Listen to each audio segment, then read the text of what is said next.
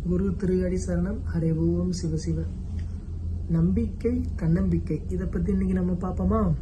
தன்னம்பிக்கை, தன்னை நம்பி வாழ்வதே தன்னம்பிக்கை என்பார்கள். தன்னை நம்பாமல், தன்னை நம்பத் தெரியாமல் தன்னையே இழந்து வாழ்கிறோம். பிறரை நம்பி பிறரிடம் எதிர்பார்த்து ஏமாந்து வாழ்கிறோம் இந்த கலியுகத்தில் இன்று. சிவசிவ. சரி, இந்த தன்னம்பிக்கை எப்படி வளர்த்து கொள்வது?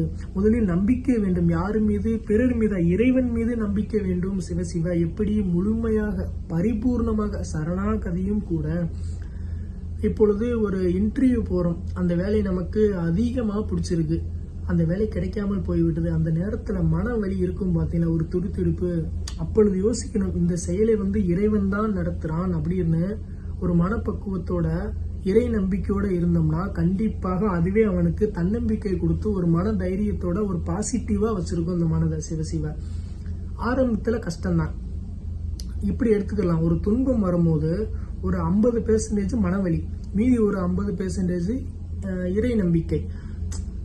இறைவன் நடத்துறான்ப்பா அப்படின்னு ஒரு பாதிக்கு பாதி எடுத்துக்கிட்டோம்னா, நாட்கள் செல்ல செல்ல செல்ல செல்ல பாத்தீங்கன்னா முழுமையாக இறை நம்பிக்கை வந்துடும். அந்த நேரத்துல மனவலி சுத்தமாவே இருக்காது. அடுத்து அவனுக்கு இதுவே அவனுக்கு தன்னம்பிக்கை கொடுத்து ஒரு எப்பயுமே ஒரு ஒரு பாசிட்டிவா வச்சிருக்கும். சிவசிவ.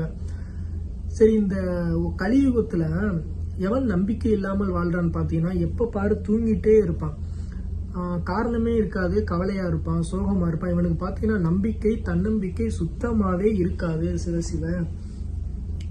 இது போல பாத்தீங்கன்னா, யாரு நமக்கு பகையாளியா இருப்பாங்களோ, யாரு நமக்கு எதிரியா இருப்பாங்களோ, கரெக்டா அவங்க மீதே நமக்கு அதிக நம்பிக்கை வைத்து விடுவோம். கரெக்டா அவங்களும் நம்மளை ஏமாத்தி விடுவாங்க இந்த கலியுகத்துக்கு ஏத்த மாதிரி. இது நம்ம விதியும் கூட. சிவசிவ.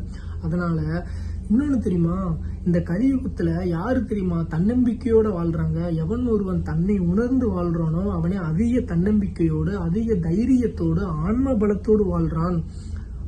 அவனை இறைவனை தவிர யாராலும் அழிக்கவே முடியாது.